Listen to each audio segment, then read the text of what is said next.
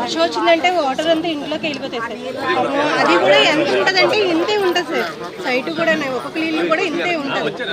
అంత మించి ఎక్కువగా అయితే ఉండదు. వాష్రూమ్స్ లేదు సార్, కానీ చాలా నరకం అయితే అనిపిస్తారు సార్. దోమలు ఈరోజు లక్ష్మీనగర్లో ఏదైతే వెలంపేట జోన్ 4లో స్లమ్ ఏరియా ఉందో ఆ స్లమ్ ఏరియాని అటు శాసనసభ్యులతోనూ మరియు ప్రజాప్రతినిధులతోనూ అధికారులతోనూ విజిట్ చేయడం జరిగింది. అయితే వాళ్ళ పరిస్థితి చూస్తే చాలా చాలా నిజంగా దారుణం. ఒక 6 చదరపు అడుగుల్లోనే 6 చదరపు అడుగులు దాంట్లోనే ఒక కుటుంబం ఉంటుంది. ఇక్కడ దాదాపు 177 మంది 50 సంవత్సరాల పైగా ఉంటున్నారు. అందులో 162 మంది సెల్ఫ్ హెల్ప్ గ్రూప్ వాళ్ళు ఉన్నారు. అయితే దీని విషయమే యాక్చువల్ గా గతంలో ముఖ్యమంత్రి గారు విశాఖపట్నం వచ్చినప్పుడు వారు చెప్పడం జరిగింది. ఎక్కడైతే స్లమ్స్ ఉన్నాయో ఆ స్లమ్స్ అన్నిటిని మార్చాలి, దాని మీద మీరు వర్కౌట్ చేయండి అని ఆయన ఆదేశించారు. ఎమ్మెల్యే గారు అనేక సార్లు నాకు అడగటం జరిగింది.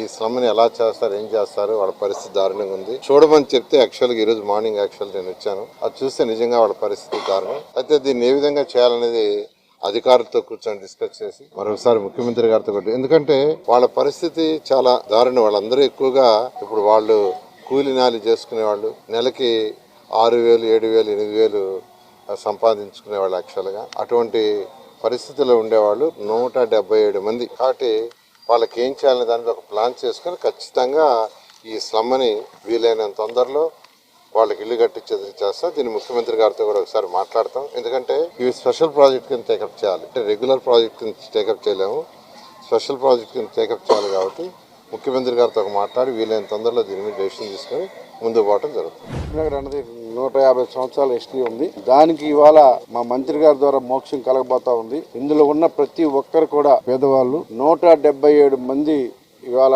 అక్కడ చిన్న చిన్న షెడ్యూల్ రూపంలో వేసుకొని ఉంటున్నారు.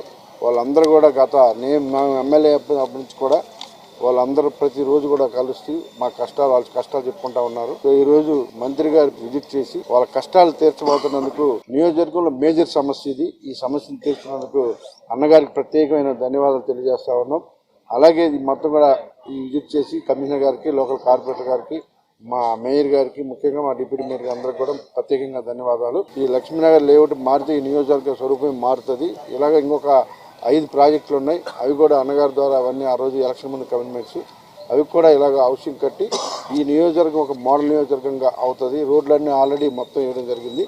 సో ఇలాంటి హౌసింగ్ మాత్రమే పెండింగ్ ఉన్నాయి మేజర్గా. అవన్నీ కూడా అలాగే అన్నగారి ద్వారా పూర్ణ మార్కెట్ ఒకటి, నెహ్రూ బజార్, అవి 2 కూడా విశాఖపట్నంలో ఉత్తరాంధ్రలోని పెద్ద మార్కెట్, వాటికి కూడా ఒక రూపం తీసుకొస్తా ఉన్నాం. అతి త్వరలోనే వాటిని కూడా వర్క్ స్టార్ట్ చేసే విధంగా మా కమిషనర్ గారు కానీ, మేయర్ గారు కానీ, ముఖ్యంగా అందరూ మంత్రి గారు కూడా అందరూ ప్రత్యేకంగా శ్రద్ధ చూపిస్తున్నందుకు ప్రత్యేకమైన ధన్యవాదాలు. ఉదయాన్నే వచ్చి నియోజకవర్గంలో మా పేదల కష్టాలు విన్నందుకు మా మంత్రి గారికి ప్రత్యేకంగా ధన్యవాదాలు తెలియజేస్తాను.